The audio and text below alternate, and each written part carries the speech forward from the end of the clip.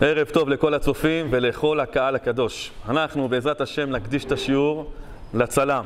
תראו מה זה הכוח שלוקחים שיעור של 20 דקות, מעלים את זה לרשתות החברתיות כדי לזכות את הרבים. איזה כוח יש לזה? בשיעור הקודם הקדשנו את השיעור למי? לאחות של הצלם. עברה פעמיים מוות קליני. היא הייתה בטיפול נמרץ, קרסו לה מערכות. יותר מזה, גם נתנו לה מכות חשמל כדי להציל אותה. זה לא ידעתי, זה משהו חדש. אתם שומעים? האדם אומר, הצלם אומר, ועדות של אדם שווה יותר מ1,000 עדים. נתנו לה מכות חשמל. אמרו, המצב שלה קריטי, נואש. אמרת לו, תשמע, ניתנה לה רשות ולרופא לרפות. אבל לא ניתנה רשות לרופא לייאש. אמרת לו, תשמע, בוא ניקח את הכוח הגדול ביותר בעולם, שהוא מעל הטבע, שהוא נברא תתקעת דורות לפני העולם, ניקח את הכוח הסגולי שלו, ניקח את הכוח הכי חזק שיש בבריאה, ביקום, שבעולם נתן לו כוח להפוך את הכל. וזה מה זה? זה התורה, ונקדיש לה את השיעור הזה. רבותיי, הקדשנו לשיעור. עשינו לה כאן מי שברך, היום היא נמצאת בבית. בריאה ושלמה, הרופאים אומרים נס רפואי, ממש קמה ממוות לחיים. בפורים היא קמה ממש... בפורים זה זמן של ניסים, ברוך השם. עכשיו, הצלם שלנו גם צריך ישועה, ואנחנו בעזרת השם, תראה, יהיה לך ניסים. למה? הכוח של התורה היא מעל הטבע. אז בעזרת השם אנחנו נקדיש את השיעור לרפאל בן אסתר מלכה, הצלם שלנו. יהי רצון שהדברי תורה האלה ישלחו לו רפואה שלמה, רפואת הנפש, רפואת הגוף, בתוך שאר כל חולי עמו ישראל. גם הצופים העיקריים, מי שרוצה שנקדיש שיעור לעילוי נשמת אחד היקרים שנפטרו, או להבדיל, מי שירצה להקדיש שיעור להצלחת אחד האנשים שבמשפחה, לא משנה למי, להצלחה לזיווג, לרפואה, לפרנסה, הוא יכול ליצור קשר ב-053-310-3237. זה המספר של העמותה הקדושה עטרת עובדיה, שקמה לזכרו של הרב עובדיה יוסף, ארגון קדוש, רבותיי, שעושה נפלאות בעניין של זיכוי הרבים. בכל אופן אנחנו נתחיל את השיעור בעזרת השם. אני רוצה לדבר איתכם על דבר מאוד חשוב. יש היום תנועה של תשובה מאוד גדולה בארץ ובכל העולם כולו. תנועת התשובה היא בהתפשטות כמו באש בשדה קוצים, בתוך המקלטים, בתוך המרתפים, בשנקין, בבוהמה התל אביבית, צפון תל אביב. בכל העולם יש התעוררות של תשובה. זה הבטחה של הנביא שבאחרית הימים, השלחתי רעב בארץ, אבל לא רעב ללחם ולמים, אלא לשמוע את דבר השם. כמה שהתקשורת מנסה להשניא את הדת על כל העם, מה אנחנו רואים? בדיוק ההפך. הקדוש ברוך הוא מקרב את בני ישראל לכור מחצבתם, וזו הבטחה, בל אידך מננו נידח. לכן, לכל אלה שמתקרבים, גם לכל האנשי, כמו שאמרנו, הבוהמה התל אביבית, מלא שחקנים, מלא מפורסמים, מלא דוגמנים, כולם חוזרים בתשובה, רבותיי, עשרות מדרשיות של בעלות תשובה, עשרות ישיבות של בעלי תשובה. אז אם אתה בא ושואל, יום אחד שאל אותי מישהו, כבוד הרב, תגיד לי, מה הקדוש ברוך הוא רוצה ממני? מה בעולם מצפה ממני? אז יש כאלה שהם טועים, וזה עצת היצר הרע. הוא אומר לו, תשמע, אתה צריך להיות, תוך כמה חודשים תהיה בבא סאלי. תוך כמה חודשים תהיה כמו איזה תנא רבי שמעון בר יוחאי, תהיה כמו רבי מאיר בעל הנס. רבותיי, הרבה אנשים שהתקדמו מהר ורצו להיות קדושים מאוד, ולהחזיר מאוד לבורא עולם את כל מה שהפסידו בכל חייהם, מה קרה איתם? הם נפלו. מי שעולה מהר, נופל מהר. אז מה בעצם בורא עולם רוצה מאיתנו? בורא עולם רוצה אדם שהוא מתקרב, שיעשה מה שהוא יכול מעל הדרגה שלו. זאת אומרת שאם עכשיו יש סולם אינסופי שבו עובדים את הבורא, ואפשר להתקרב עכשיו לקדוש ברוך הוא, מה בורא עולם מצפה? אתה עכשיו בדרגה שאתה נמצא, נמצא במדרגה מספר 6 בסולם, בורא עולם מצפה ממך מ6 תעלה ל7, לא יותר מזה. אל תנסה עכשיו לעלות יותר מזה, כי זה לא הכוחות נפש שלך. אתה לא נמצא עכשיו בנקודה הזאת שאתה יכול עכשיו לעלות במדרגות של הצדיקים, כי צדיק, מה נאמר עליו? 7 ייפול צדיק וקם. כולם מספרים לכם על הצדיקים הקדושים, איזה רוח הקודש היה להם, איזה ניסים, אבל אף אחד לא מספר איזה קשיים על הצדיקים האלה. עד שהם הגיעו לדרגה שלהם, כמה זמן זה לקח? שנים, לאט לאט, מדרגה ועוד מדרגה, ועוד מדרגה, ועוד מדרגה. לכן רבותיי, בדור שלנו, אתה רוצה שבורא עולם ישמח בך, תעשה מה שאתה יכול, לא יותר מדי. לא מעל הכוחות נפש שלך, כי הנפש יכולה להצטמק. הגוף, יש לו כוח סיבולת. אם אתה עובד את השם בלחץ, אם אתה עובד אותו עכשיו במתח, ואתה רוצה עכשיו להתעלות מהר, ואתה עושה תעניות וסיגופים, זה לא רצון השם, זה הסטרא אחרא. בישיבה שלנו, איפה שלמדתי, היה בחור שהיה עושה צומות, בלי לשאול את הרב, בלי לשאול דעת תורה. היה עושה צומות כל שני וחמישי. אף אחד לא ידע מזה. לאחר מכן הוא החליט יותר להחמיר על עצמו, היה עושה כל יום צומות. לאחר מכן הוא רצה לעלות בדרגה, הוא רצה כמו בבא סאלי לעשות צומות ממוצאי שבת עד יום שישי. הוא רצה להגיע לדרגות מאוד גבוהות, ועל ידי הסיגופים והתעניות הוא רצה לכפר על כל מה שעשה במהלך החיים. אבל מה קרה איתו בסוף? רבותיי, ראינו אותו בישיבה, הוא הולך ככה כמוש וחלש, הוא לא סיפר לאף אחד מה קורה איתו. והנה יום אחד בעיר, הבן אדם מתמוטט לבית חולים. רבותיי, בר מינן, לא עלינו, לא על אף אחד אחר, האדם הזה נפח את נשמתו. וזה לא רצון בהשם. כתוב וחי בהם. חי בהם ולא ימות בהם. לכן רבותיי, עושים מה שאפשר, לא מעל הכוחות, לא בלחץ ולא במתח, במרגוע של הנפש, לעבוד את השם בבריאות, בריאות הנפש, בריאות הגוף, בלי לעלות בדרגות מעל הכוחות שלך. מה שאתה יכול, תעשה קצת טיפה יותר מעל הכוחות. זה מה שבורא עולם רוצה בעניין הזה. עכשיו, מי שרוצה לשמוע דוגמה קלאסית לזה, תשמעו דוגמה קלאסית. כולכם שמעתם על ש"י עגנון. ש"י עגנון היה סופר בעל שם עולמי. כולכם שמעתם עליו. הוא היה בדור הקודם, הוא קיבל פרס לספרות, פרס נובל לספרות. איפה הוא קיבל את זה? בשוודיה. עכשיו, מה שאני מספר לכם את זה, אני לא המצאתי את זה. אתם יודעים, אומרים שהאומר דבר בשם אומרו מביא גאולה לעולם. אז אני אומר לכם את זה שנאמר, ותאמר אסתר למלך בשם מרדכי, ואז באה הגאולה. זה גמרא במגילה. אז אני אומר לכם את זה, ממי שמעתי כדי להביא גאולה לעולם. ממי שמעתי את זה? כולכם מכירים את המקובל הצדיק הקדוש, רבי יעקב עדס מהכותל המערבי. כולכם מכירים אותו. לא שמעתי את זה ממנו, שמעתי את זה יותר מזה, שמעתי את זה מאביו, רבי יהודה עדס, ראש ישיבת כל יעקב מבית וגן. אני תושב המקום, ושמעתי את זה מפיו, לא בכלי שני, בכלי ראשון. וככה הוא מספר, ש"י עגנון, עד גיל 9 היה לומד בחיידר, היה בתלמוד תורה, הוא כבר היה עילוי מגיל קטן, אבל לאחר מכן ליבו חשקה בספרות, ליבו חשקה בפילוסופיה, והוא נהיה אחד הסופרים הגדולים והדגולים בדורות האחרונים של התרבות הישראלית. והנה רבותיי, הגיע מצב שרצו לתת לו פרס נובל לספרות. אתם יודעים, היהודים, לא מרובכם חשק הקדוש ברוך הוא מן העמים. הקדוש ברוך הוא לוקח את המעט שאנחנו אור לגויים. כולם, הנה, תסתכלו על ההייטק. מי הסטארט-אפ הכי גדול בעולם? עם ישראל. תראו מה קורה ברעננה, מה קורה בכל אזור המרכז, כל הסטארט-אפים של מי הם?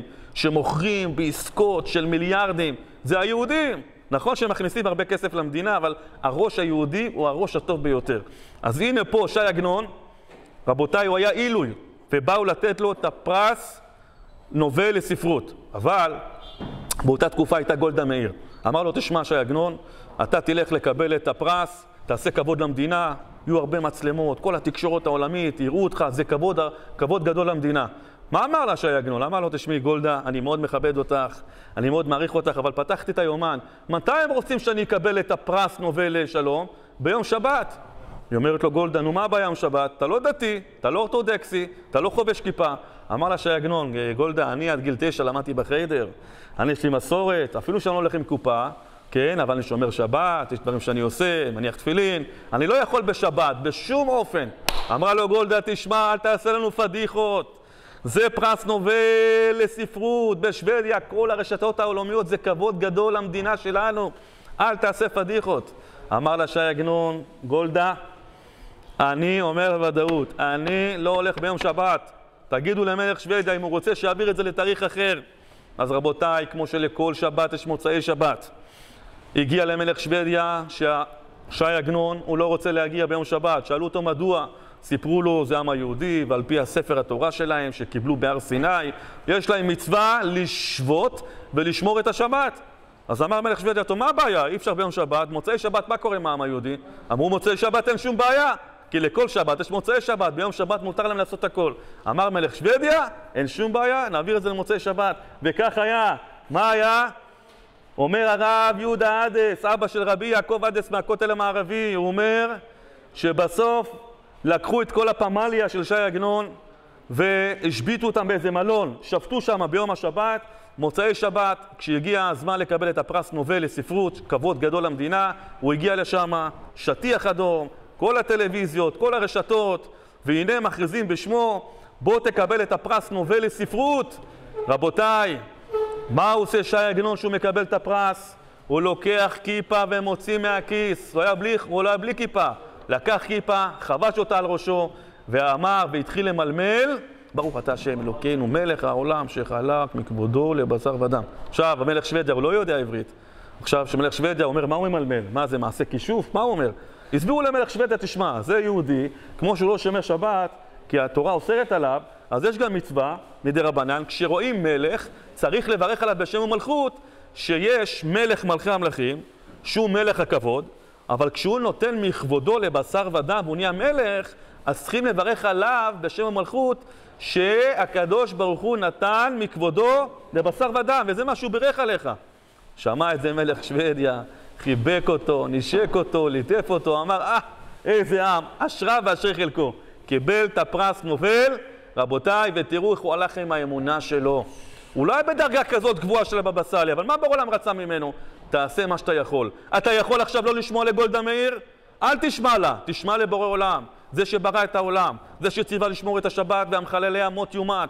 אל תסכן את עצמך ותמות בר מינן ותהיה חייב מיתה בגלל גולדה מאיר, בגלל פרס נובל לספרות. זה שאתה גאון בספרות, בזכות מי זה?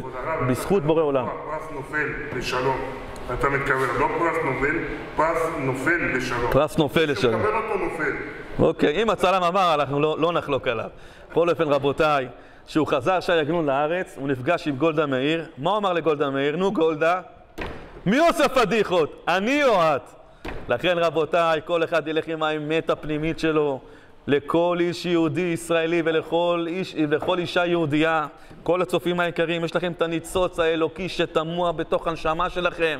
רק תדאגו להדליק אותה. ברגע שהניצוץ היהודי נדלק, לא ראש ממשלה ולא אובמה, טראמפ, ולא אף אחד אחר מתפקיד בכיר. אף אחד שלא יזיז אותך מהאמת הפנימית שלך, לא החברה ולא הידידה ולא החברה. אתה יש לך אמת, גילית את היהדות, גילית את האמת, יש לך את הניצוץ האלוקי, לך איתו עד הסוף.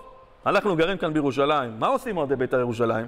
אומרים, באש ובמים, בית"ר בירושלים. אתה רואה אותם הולכים לערים רחוקות, הולכים בקור, הולכים בחום, מבזבזים דלק וזמן ועוד 100 שקל לכרטיס. מה זה? למה? מה זה? הם כמו מתאבדים שים. זה מה שבעולם רוצה. זה קבוצה של בשר ודם, אבל יש קבוצה אלוקית. שמי השחקנים בקבוצה הזאת? אנחנו עם ישראל. את יהודה יקרה, יהודיה אחותי היקרה. הצניעות שלך היא הפטריה האווירית שמגינה על עם ישראל יותר מכל כיפת ברזל ומאחץ שעכשיו ירתו איזה טיל שבסוריה שהיה לו 200 קילוגרם של ראש נפץ. מי נתן את הכוח הזה? מי נתן את החוכמה הזאת? מי נתן את כל העולם הזה באמת לאמיתה? זה שברא אותך וברא אותך. לכן תמיד תחשבו על היעד שלכם. תחשבו מהו הכוח העליון ותתחברו לאין סוף של הכוח העליון הזה, שיש כאן מציאות רוחנית גמורה בעולם העשייה של בורא עולם בהתפשטות גמורה. רק תדאגו להתחבר לרוחניות האינסופית האלוקית הזאת שנמצאת כאן בדורנו, נמצאת כאן בכל העולם כולו. ואיך אתה יכול לקבל את האור הזה? זה הכל תלוי במעשים שלך או שלך. הרי כתוב, מעשיך יקרבוך ומעשיך ירחקוך. זאת אומרת שעל פי המעשים שלך, אם אתה עושה מעשים טובים, אתה שומר את עצמך מהעבירות, אתה שומר את עצמך לקיים את המצוות עשה, ושומר את עצמך מלא לעבור על לא תעשה, אתה הופך להיות כלי, ואז האור אינסוף האלוקי שוכן בך, אתה מרגיש התעלות רוחנית ודבקות ששום הנאה בעולם לא שווה את זה. וזה מה שמסביר את החזרה בתשובה של הדור. כולם רוצים להרגיש את הדבקות, את העונג של הנשמה שהיא רוחנית. שאם תיתן לה את כל העולם הזה, את כל ההונאות, תיתן לה את כל העושר, תיתן לה נשמה, כל מה שתיתן לה, היא תבוז לו. למה? הנשמה עם העליונים. כמו שהגוף הגשמי, הוא זקוק לאוכל, למים, ואם לא ייתנו לו לגוף את מה שהוא צריך, האדם יהיה באינפוזיה בבית חולים. אותו דבר הנשמה.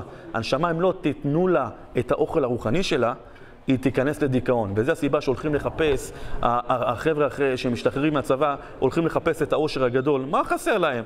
חסר אוכל לנשמה. ברגע שהנשמה יש לה את המזון הרוחני שלה, לא צריך יותר כלום. יהי רצון רבותיי, שבעזרת השם, כל אחד מאיתנו יזכה להתחבר לשורשו, יזכה להתחבר לאור העליון. ואתה, הצלם שלנו, רפאל יצחק בן אסתר מלכה, זכות הדברי תורה האלה. שכחת כבוד הרב, רפאל, רפאל, כן, רפאל בן אסתר מלכה, בזכות השיעור הזה, יהיה לך בריאות איתנה, בזכות הזיכוי הרבים שאתה עושה, יהיה לך כל הברכות שבתורה. ואני מבקש מכם, הצופים היקרים, מי שיודע שיש מתנדב, יש מתנדב שיודע לערוך, ארוחה פשוטה וקלה את השיעורים שלנו, נא ליצור איתנו קשר. מי שמכיר מתנדב שיכול לעזור לנו בכל מיני תמיכות מהממשלה או מכל מיני קרנות, שיבוא לעזור לנו. הארגון הזה קודש על זכרו של מרן עטרת עובדיה. לי קוראים יעקב ישראל כץ, אני יושב ראש המוסדות של עמותת עטרת עובדיה. זקוקים לעזרתכם, רוצים להפיץ את התורה, להאיר אותה. פשוט חסר אנשים שיבואו ויעזרו, כי אנחנו מוגבלים בתקציבים. אז מי שרוצה ב-053-310-327, אני חוזר, 053-310-327,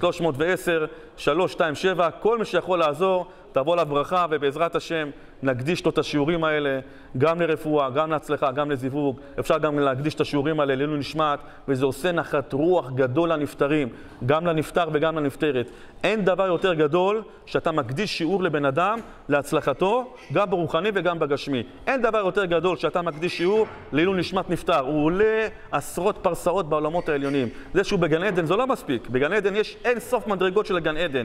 לכן רבותיי, הדבר החזק ביותר, הפצצת אטום שהיא יכולה להגן עליך מבחינה גשמית ורוחנית ויכולה להגן על הנפטרים, זה שיעורי תורה. תבוא, תחזיק שיעור תורה, ובעזרת השם נזכה לראות משיח צדקנו, יהיה לכל אחד את מה שהוא צריך, רפואה, סייעתא דשמיא, כל העניינים הרוחניים והגשמיים, ונזכה לביאת משיח צדקנו במהרה בימינו, אמן.